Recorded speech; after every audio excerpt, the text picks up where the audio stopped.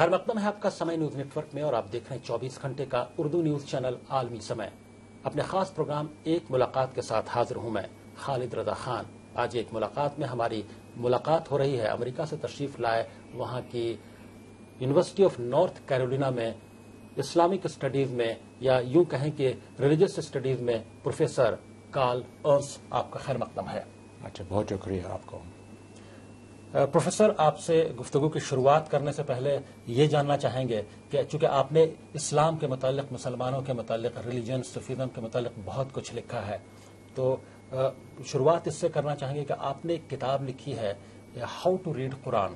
جی، تو اس کے متعلق جاننا چاہیں گے یہ ذہن میں آپ کے کہاں سے آیا کہ یہ بات کہ قرآن کیسے پڑھا جائے، کیسے سیکھا جائے، اس کے بارے میں آپ لکھیں. ٹھیک ہے. میں اس کتاب لکھا اس لیے کہ بہت سے لوگ ہیں جو کیوریاسٹی جی ہے اور کہ سوچتے ہیں کہ قرآن کیا ہے. شاید کہ میں قرآن پڑھوں اور کتاب خانہ جائیں، کتاب قرآن شریف خریدیں، لیکن فاتحہ کے بعد جب وہ سورۃ البقرہ پڑھیں جی جی خیلی مشکل ہے، پیچیدہ، بہت مناظرہ ہے اور آرگیومنٹس ہے، اور سورۃ البقرہ ایک سورہ ہے جو آخری سالوں زندگی پیغمبر میں صادر ہے. جی جی تو خیلی مشکل، بہت مشکل ہے ان بیگانہ قاریوں کے لیے. تو میرے نظر میں ایک میتھڈ ہے جو تاریخی اسٹرکچر سے بنا دیا، یعنی ایک سلسلہ میں قرآن شریف کی صورتیں پڑھنا چاہیے ابتدائے رسالہ سے جی جی آخری تک، یعنی مکن پیریڈ. یعنی آپ نے سسٹمیٹک طریقہ بتایا کہ کیسے جی ہاں. قرآن کو پڑھا جائے. جی ہاں. آپ نے جب قرآن کی اسٹڈی شروع کی تو جی. آپ نے اپنی اسٹڈی کے دوران کیا پایا؟ واقعی قرآن جو پیغام دیتا ہے دنیا میں لوگوں میں بھائی چارے کا، پیس کا، امن کا، واقعی وہ عملی طور پر آپ کو لگتا ہے پریکٹیکلی وہ ریفلیکٹ ہوتا ہے دنیا میں؟ ٹھیک ہے. میرے پروجیکٹ غیر مسلمان کے لیے اس کا مقصود یہی تھا کہ قرآن پڑھنا غیر مسلمان کے لیے کون سا طریقہ بہتر ہے. میرے پروگرام یہی ہے کہ ادبی، تاریخی اور سماجی طور پر قرآن پڑھیں اور دینی مسائل we leave these aside. جی جی وہ کنارے رکھا جائے اور باقی چیزیں جو ہیں قرآن بہت سے ضروری ہے. وہ سیکھی اس لیے کہ کرسچن یا جوش، ہندو ریڈر اگر مثلا ہماری دانشگاہوں میں ہم دا بائبل ایز لٹریچر جی جی تدریس کر رہے ہیں، ہر شخص اس کورس داخل کر سکتا ہے، کوئی پرابلم نہیں ہے، اور ہم گفتگو کر سکتے ہیں اس کا تاریخ. یعنی آپ کا جو یہ پیغام ہے کہ قرآن کو as a literature, as a book of science, as a book of politics, as a book of other things, اس طور پہ پڑھا جائے، نہ کہ اس کا دینی پہلو آپ اس پر زیادہ دھیان نہیں اور دیتے. وہ لفظ پیغام یعنی دینی میسج ہے، وہ گفتگو مسلمانوں کے لیے ہے، بہت مہم ہے. جی لیکن اگر ممکن ہے کہ غیر مسلمان قرآن پڑھ سکتا ہوں، میں سوچتا ہوں کہ ادبی اور تاریخی نظر سے بہترین طریقہ ہے. چونکہ آپ کا قرآن پر، مسلمان اسلام پر بہت کام ہے، اور اسلاموفوبیا پر آپ نے کتاب لکھی ہے، Islamophobia in America and anatomy of intolerance. اس چونکہ وہ قرآن سے اور اسلام سے کہیں نہ کہیں سے کنیکٹ ہوتا ہے، تو اس سلسلے میں آپ کیا کہیں گے؟ کیا واقعی اسلاموفوبیا جو امریکہ میں ہے یا دنیا میں جو اسلاموفوبیا ہے، چونکہ آپ اسلام کا مطالعہ بھی اچھا ہے آپ کا، کیا حقیقتاً وہ ریئل ہے یا مینوفیکچرڈ ہے؟ اسلاموفوبیا یعنی مسلمانوں کا خوف ہے، یعنی وہ ریشل پریجوڈس سے بہت نزدیک ہے. ہمارے تاریخ میں یعنی امریکہ میں ریشل پریجوڈس کافی مضبوط ہے.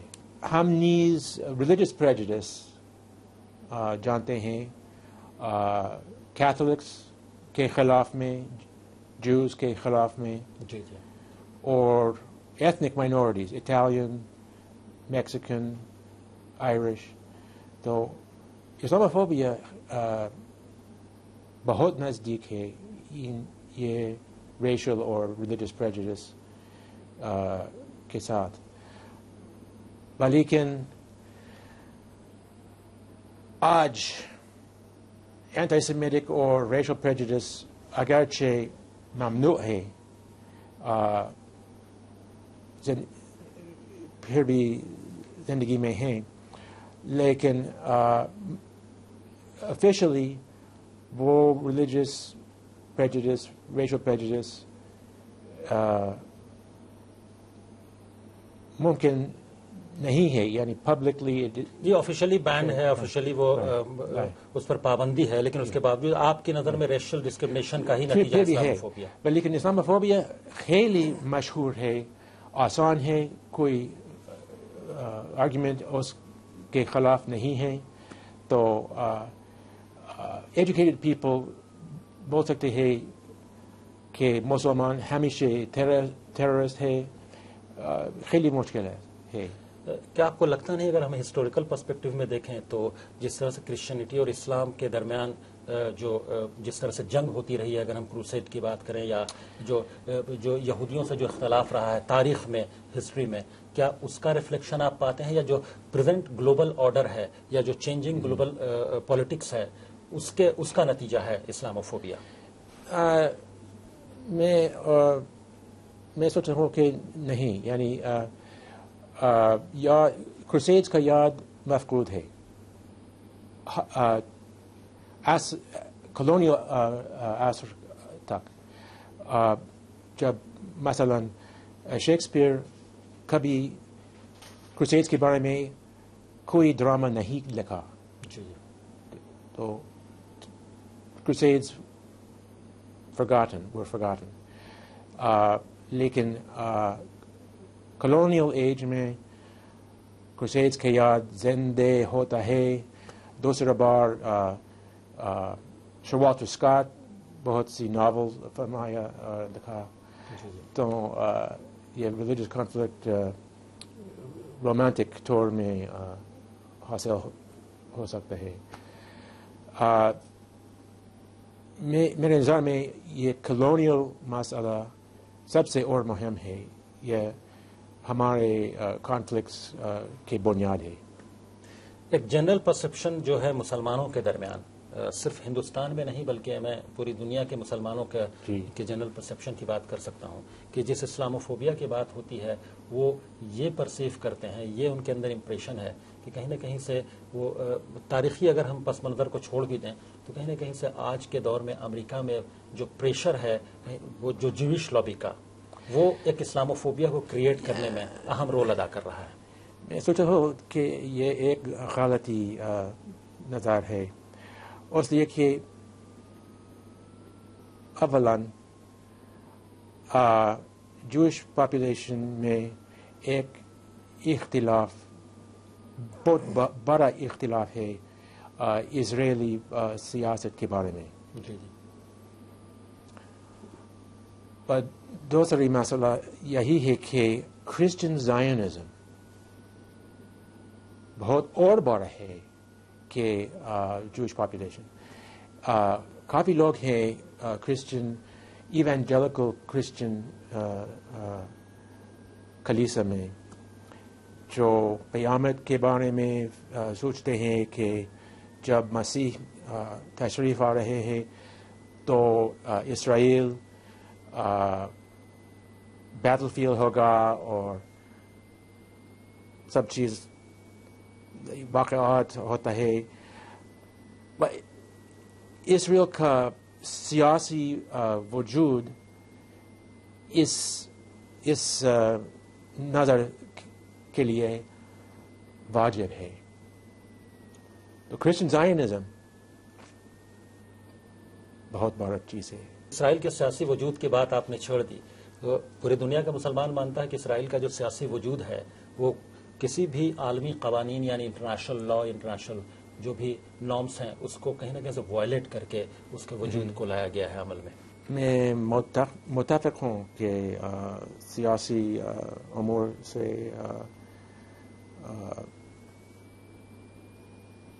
یہ سیاسی بنیاد اسرائیل کا بہت سی سوال ہیں اور امریکہ میں سیاست مند یعنی politicians Jimmy Carter exceptional position میں ہیں اس لیے کہ وہ کتاب لکھی کہ اپارتھائڈ ڈسکس کیا. جی جی. میں غزہ کے جنگ کے بعد بہت تصویروں آپ کی نیوز آؤٹلیٹس میں سرکولیٹ کر رہے ہیں, ٹویٹر, فیس بک. اگرچہ اسرائیل در جنگ فاتح ہوتا ہے لیکن در پبلک اوپینین ایسا آسان نہیں ہے. اسرائیل کو جو کانفیڈنس مل رہا ہے کہ وہ جنگ میں فاتح ہو سکتا ہے وہ کہیں نہ کہیں سے امریکہ اس کے پیٹھ کے پیچھے ہے, اس کی پشت پناہی ہے, اس کی بیکنگ ہے, اسی وجہ سے اسرائیل کو یہ کانفیڈنس ہے. آپ کو کیا لگتا ہے کہ یہ آپ نے بات کی جیمی کارٹر کی اور کہ اسرائیل کو لے کر پالیسی اب یہ پرسپشن ہے کہ امریکہ کی پالیسی میں زبردست تبدیلی آئی. کینیڈی تک تو ایسا لگتا تھا کہ امریکہ جو ہے وہ مڈل ایسٹ پالیسی کو ڈکٹیٹ کر رہا تھا, لیکن آف پوسٹ کینیڈی ایسا لگتا ہے کہ اب اسرائیل کہیں نہ کہیں سے مڈل ایسٹ پالیسی امریکہ کو ڈکٹیٹ کرتا ہے. میں سوچتا ہوں کہ تھوڑا سا اور مختلف ہے. اوباما جانتے ہیں کہ اسرائیل میں مشکلات ہیں جو اس کا حل بہت مشکل اور دشوار ہے. تو امید ہے کہ کانشیسنیس بہت اور واسع اور ایکسٹینڈڈ مور اویئر ہوگا, لیکن امروز سچویشن بہت تابناک ہے. جی, آپ سے گفتگو جاری رہے گی. فی الحال ہمارے خاص پروگرام ایک ملاقات میں وقت ہو گیا ہے ایک بریک کا. بریک کے بعد بھی آئیں گے تو پروفیسر کال اور ان سے گفتگو جاری رہے گی.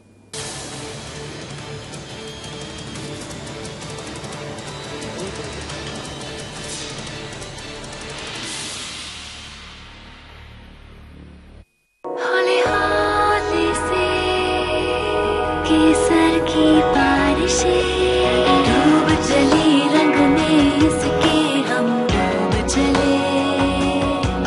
ومل میں ہے کشمیری کیسر جس کے سواد میں ڈوب رہے ہیں سب. ومل پان مسالہ, دانے دانے میں کیسر کا دم. گڈی بس بھی کا نیچے آ جا. دیکھ دادی کہہ رہی تھی کہ چوری کرنا پاپ ہے, پاپ. ارے پگلی, میں دادی کے ساتھ بیٹھ کے سارے بھگوان جیوں سے ایک سال معافی مانگوں گی. اب کچھ گھر بیٹھے بیٹھے کیجئے دیش بھر کے مندروں کا لائیو درشن ٹاٹا اسکائی ایکٹیو درشن کی کرپا سے.